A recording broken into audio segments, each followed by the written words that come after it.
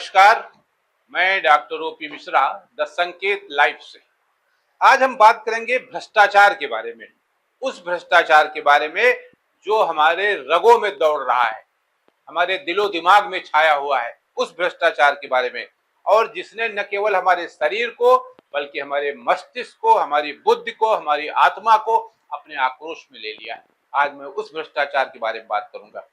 मैं अपनी बात को आगे बढ़ाऊं उससे पहले पूर्व प्रधानमंत्री अटल बिहारी वाजपेयी जी की कुछ पंक्तियां मैं आपके सामने रखना चाहता हूं, जो उन्होंने भ्रष्टाचार को लेकर कहा था।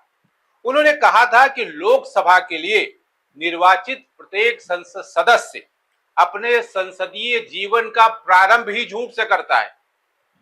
यानी वो जो फर्जी खर्चे का ब्यौरा लगाया जाता है, फर्जी वो बताया जाता है कि हमारी संपत्ति कितनी है, ये सब फर्जिफिकेशन होता है। इसी बात को उन्होंने इंगित किया था और कहा था कि जो हम चुनाव का लेखा जोखा चुनाव आयोग को देते हैं वो झूठ पर आधारित होता है, क्योंकि चुनाव आयोग ने एक निश्चित सीमा रखी है कि भाई 2 करोड़ आप खर्चा करोगे, खर्चा होता है 20 करोड़, हम जो हिसाब देते हैं वो 2 ही करोड़, तो 18 करोड़ कहाँ गए, ये आदरणीय वाजपेयी जी का कहने का मंतव्य था कि ये पैसा आखिर आता कहाँ है। अब जब कोई एमपी, कोई सांसद चुनाव जीतने के लिए करोड़ करोड़ रुपया पानी की तरह बहाएगा, तो भाई चुनाव जीतने के बाद वो इसको मीट आउट कैसे करेगा, ये एक अहम प्रश्न है। यहां ये भी जान लें कि 10वीं लोकसभा के 100 सांसदों के बीच एक मत सर्वेक्षण में जो जानकारी मिली थी वो अपने आप में गौर करने वाली है। उस समय के 94% सांसदों ने यह खुद स्वीकार किया था कि चुनाव खर्च पर जो सीमा निर्धारित है उसमें 10 गुना अधिक खर्चा आता है, और ये खर्चा होना भारतीय विधि निर्माताओं, यानी कि कानून यही लोग बनाते हैं ना आदरणीय सांसद महोदय, तो भारतीय विधि निर्माताओं पर भ्रष्टाचारी का प्रभाव डालता है। ये बात अटल जी ने कही थी। इसी तरह 17वीं लोकसभा जो अभी चंद दिन पहले समाप्त हुई है के 92% सांसदों ने प्रत्यक्ष या अप्रत्यक्ष रूप से यह स्वीकार किया था कि संसद सदस्य का पद जो है आज की तारीख में महज एक व्यापार बनकर रह गया है, इसके सिवा कुछ नहीं। ऐसे में हम अपने जनप्रतिनिधियों से ये कैसे उम्मीद कर सकते हैं कि वे दूध के धुले साबित होंगे? कतई नहीं साबित होंगे। आज अगर पुल अपनी सीमा से पहले गिर रहे हैं, सड़कें अपनी समय सीमा से पहले दरक रही हैं, अयोध्या का विकास एक बरसात भी झेल नहीं पा रहा है, लखनऊ के विकास नगर आदि की सड़कें बरसात को झेल नहीं पा रही हैं, तो ये भ्रष्टाचार ही की तो देन है, भ्रष्टाचार की ही तो कृपा है कि पानी की तरह पैसा बहा जा रहा है और नतीजा कुछ नहीं। भ्रष्टाचार हमारे खून में दौड़ रहा है, हमारे मन मस्तिष्क में दौड़ रहा है। पिछले दिनों निर्माण और विकास से जुड़े एक टॉप ऑफिसर्स ने मेरी मुलाकात हुई, उनसे मेरी मित्रता करीब 10-15 साल पुरानी है, अब वे रिटायर हो चुके हैं।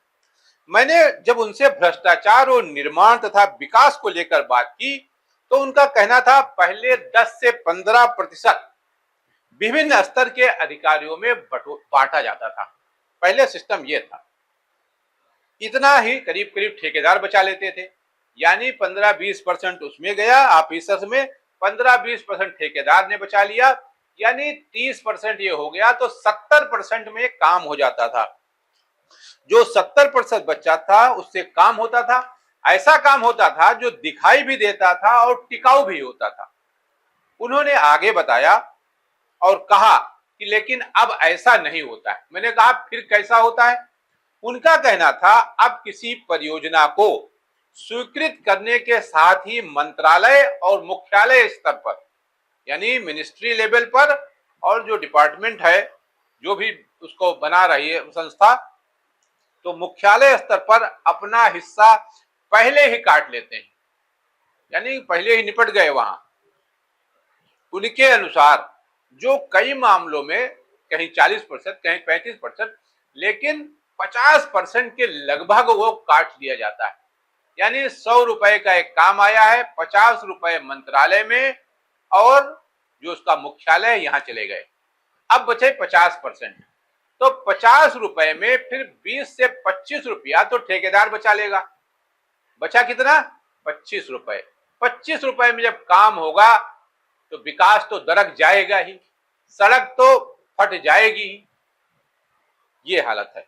मैंने पूछा कि भाई अब क्या जो ये कर्मचारी हैं या जो काम करवाते हैं उस जेई लेवल के, एई लेवल के, ये लोग, इन अधिकारियों को कोई भय नहीं लगता, कोई डर नहीं लगता? या जो ऊपर ऑफिसर्स हैं ये भ्रष्टाचार करते हैं, इनको डर नहीं लगता, कोई इनको चिंता नहीं होती?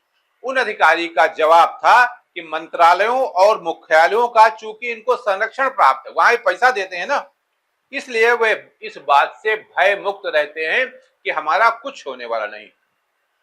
पुल टूटे चाहे सड़क धसे, कुछ भी बिगड़ने वाला उनका नहीं। आपने देखा ना, अभी हाथरस में एक कांड हुआ, पिसा कौन गया? सीओ, एसडीएम, लेखपाल, दरोगा जी, चौकी इंचार्ज। अरे जो मेन कल्प्रिट है वो कहां है? जिन बाबा ने सारा स्वांग रचा था वो कहां है? वो किसकी पकड़ के बाहर है? इसका मतलब उनको आप पकड़ना नहीं चाहते। आपका वोट बैंक प्रभावित हो जाएगा, एससी एसटी नाराज हो जाएगा, ओबीसी नाराज हो जाएगा, सवर्ण नाराज हो जाएगा। इसी में आप लगे रहिए, बस प्रदेश और देश के विकास से कोई लेना देना नहीं आपका।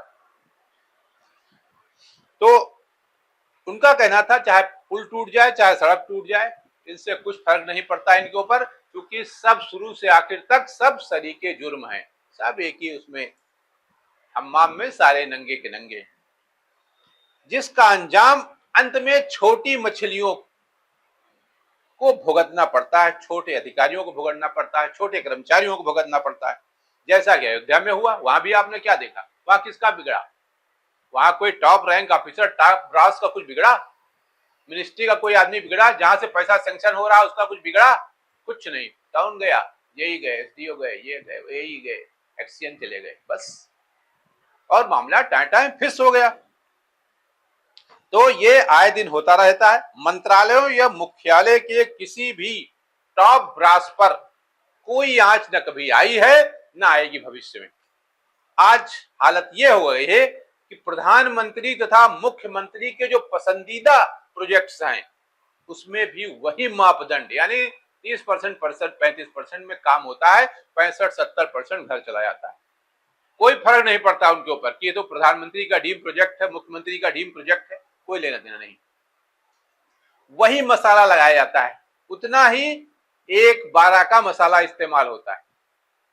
गिरे तो ठीक, न रहे तो ठीक, तभी तो उसका नतीजा भी वही होता है। यहां मैं प्रधानमंत्री नरेंद्र मोदी जी के आवास से मात्र कुछ किलोमीटर दूर बनी सड़कों का जिक्र करना चाहता हूं, जो एक ही बरसात नहीं झेल पाई और सड़कें पानी में डूब गई। ये है दिल्ली। आपको बता दूं कि ये सड़कें हैं कौन सी। आप सोच रहे होंगे कि दिल्ली में ऐसी कौन सड़क है तो प्रधानमंत्री आवास से चंद किलोमीटर दूर है, पानी में डूब गए पूरी तरह, अभी चंद दिन पहले बनी भी थी। इसका इन सड़कों का उद्घाटन प्रधानमंत्री नरेंद्र मोदी जी ने किया था, और ये सड़कें हैं प्रगति मैदान के चारों तरफ बने भूमिगत मार्ग, चारों तरफ बनाए गए थे। प्रधानमंत्री जी ने बड़ी इनकी तारीफ की थी कि इससे बहुत फायदा होगा, जो लोग ऊपर से नहीं निकल पाते हैं नीचे से निकलेंगे, कोई एक्सीडेंट खतरा नहीं रहेगा। लेकिन नतीजा क्या निकला? सब एक बरसात में सब पानी पानी हो गए। अब आप कल्पना कीजिए कि इतने बड़े पैमाने पर जब भ्रष्टाचार होगा तो उसका असर भारतीय अर्थव्यवस्था पर कितना पड़ेगा, अंदाजा है आपको? आपको इस बात का अंदाजा है कि विश्व की 5वीं अर्थव्यवस्था होने का दावा करने वाले देश की राजधानी दिल्ली में क्या से क्या हुआ जा रहा है, वहां क्या हालत है, इसका आपको अंदाजा है? नहीं ना, खाली ख्वाब देखते रहिए आप। लेकिन भक्तों की दिमाग पर इसका कोई असर नहीं पड़ता। उनको लगता है कि अगर ये पानी पानी हो गए हैं सड़कें तो इसमें भी मोदी जी का कोई योगदान होगा, इसमें भी उनकी कोई सोच होगी, कोई स्ट्रेटजी होगी। अब हालत यह है कि किसी को भी कोई डर नहीं लगता, भय मुक्त है पूरा सिस्टम। कितनी अजीब बात है कि जो लोग सार्वजनिक रूप से भ्रष्टाचार के विरुद्ध बड़ी बड़ी लंबी चौड़ी बातें करते हैं, जब वो व्यक्तिगत उनके जीवन में आता है बात, तो उससे किस तरह मुंह मोड़ते हैं, ये भी समझने की बात। वही सबसे अधिक भ्रष्ट हैं जो बहुत बड़ी भ्रष्टाचार की बातें करते हैं। सबसे अधिक वही भ्रष्ट लोग हैं और गुप्त तरीके से पैसे लेते हैं। दो तरह से लोग पैसे लेते हैं, एक डायरेक्ट, एक घुमा के। तो वो लोग जो बातें बड़ी बड़ी करते हैं लेकिन मेज के नीचे से ब्रीफकेस खिसका लेते हैं, ये वो लोग। मशहूर लेखक वाल्टर लिपमैन ने लिखा था कि सार्वजनिक जीवन का स्तर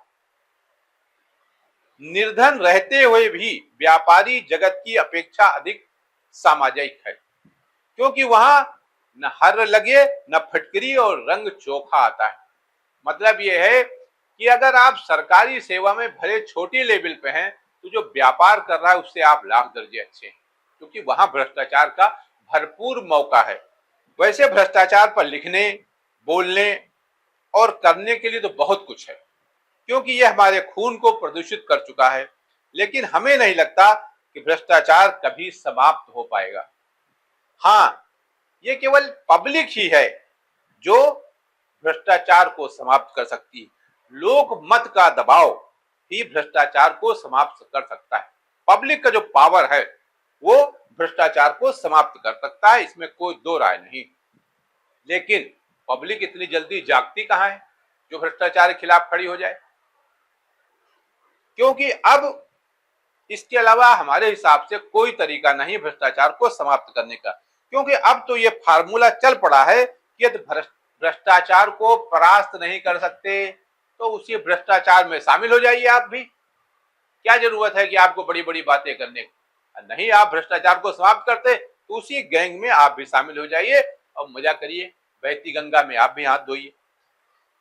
आज हमारे देश इसी फार्मूले पर चल रहा है और आगे भी चलता रहेगा, क्योंकि तथा कमजोर तथा कम पावरफुल कर्मचारी और अधिकारी को हमेशा बलि का बकरा बनाया जाता रहेगा।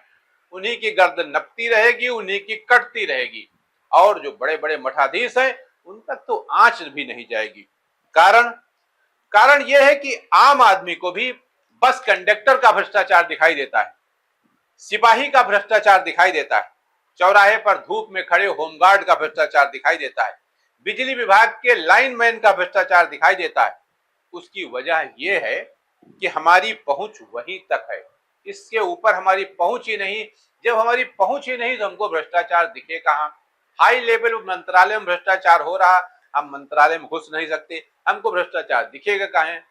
डिपार्टमेंट के मुख्यालय में भ्रष्टाचार हो रहा, हमारी वहां एंट्री बैन है, हम जानेंगे कैसे? हमको तो वही कंडक्टर साहब सड़क दिखाई पड़ेंगे, पुलिस वाला दिखाई पड़ेगा, होम गार्ड दिखाई पड़ेगा और बिजली वाला दिखाई पड़ेगा। हमको लगेगा सबसे बड़े भ्रष्ट यही है, जबकि उनके बाप बैठे हुए हैं, बड़े बड़े दादा बैठे हुए हैं। इसके अलावा जिनके जिम्मे भ्रष्टाचार को बेनकाब करने की जिम्मेदारी है, यानी हम जैसे लोगों की, मीडिया की, वो उन्होंने क्या कर रखा है? वह स्वयं भ्रष्ट अधिकारियों के गिरोह में शामिल हो गए। तभी तो वे आज सरकार बनाने और गिराने का ठेका ले रहे हैं, गलत रिपोर्ट चला रहे हैं, गलत धारणा विकसित कर रहे हैं और बता रहे हैं कि राष्ट्रभक्त कौन है और राष्ट्रद्रोही कौन है। ये काम आज मीडिया भी कर रहा है। भ्रष्टाचार समाप्त करने की जिम्मेदारी उनके कंधों पर दी गई थी और वह स्वयं भ्रष्टाचार में समाहित हो चुके हैं। आज तो नहीं मौका है, अगले किसी मौके पर एक एक पत्रकार का, जो हल्के फुल्के पत्रकार नहीं, ओपी मिश्रा, हेमंत जी नहीं, बड़े बड़े टॉप रैंकिंग पत्रकार जो हैं, इनका कच्चा चिट्ठा लेके मैं आपके सामने आऊंगा और बताऊंगा कितने कितने हजार करोड़ का खेल किया है इन्होंने। आज के लिए इतना ही, नमस्कार।